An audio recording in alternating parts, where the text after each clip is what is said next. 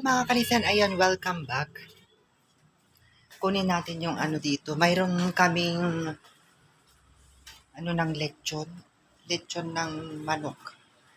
So,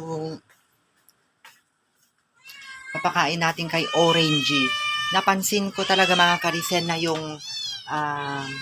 pagkain ng mga Felicitas, ayan, at saka itong mga Team Tarukoy ay magkaiba. Itong Team Tarukoy kasi, parang native sila mga kalisan.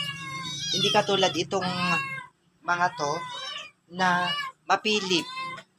Pihikan sila sa mga kinakain na nila mga kalisan dahil ba siguro sa sanay na sila sa mga cat food, hindi na talaga sila kumakain ng mga kanin. Tignan nyo, oh, yung kanilang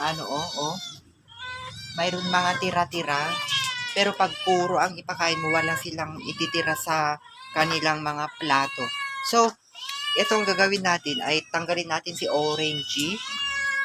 Okay, yung na lang, tanggalin natin yung mga maliliit. Sina Max, Simba, at saka si Luna. So, ilagay natin sila dito sa maliit na cage muna. Kasi papakain natin kay kay Orangey. Kasi siya lang ang pwedeng kumain dito. Hindi naman pwedeng, ay wait lang Orangey. Wait lang. Ay sus, tumakbo na sila. Ala. Dito ka. Wait ka, dito ka lang. Dito ka. Alika dito. O, ito, ang kukulit na nila mga kalisan, yung ating mga tarukoy, ayan, ang kukulit na nila. Lagay natin dito sila, O, pasok muna kayo doon. Dali kasi, ay papakain ako kay mama nyo.